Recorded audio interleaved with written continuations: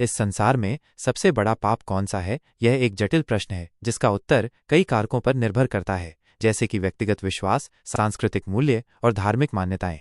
विभिन्न दृष्टिकोण से देखा जाए तो धार्मिक दृष्टिकोण, विभिन्न धर्मों में पाप की परिभाषा अलग अलग होती है। कुछ धर्मों में हिंसा को सबसे बड़ा पाप माना जाता है, तो कुछ में झूठ बोलना या चोरी करना। दार्शनिक दृष्टिकोण से देखा जाए तो अहंकार, ईर्ष्या, क्रोध जैसे गुणों को पाप माना जा सकता है। आधुनिक दृष्टिकोण, आधुनिक समय में पर्यावरण का क्षरण, सामाजिक असमानता, भ्रष्टाचार जैसे मुद्दों को भी पाप के रूप में देखा जा सकता है। कई लोग मानते हैं कि निम्नलिखित कार्य पाप के दायरे में आते हैं।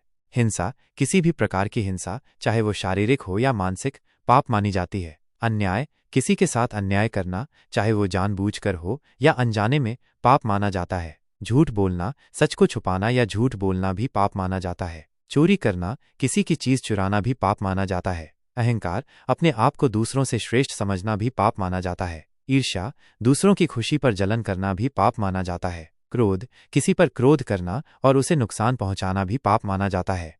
यह ध्यान रखना महत्वपूर्ण है कि पाप की परिभाषा समय और स्थान के साथ बदलती रहती है। सबसे बड़ा पाप क्या है? इस प्रश्न का उत्तर व्यक्तिगत रूप से प्रत्येक व्यक्ति को स्वयं ही तय करना होगा।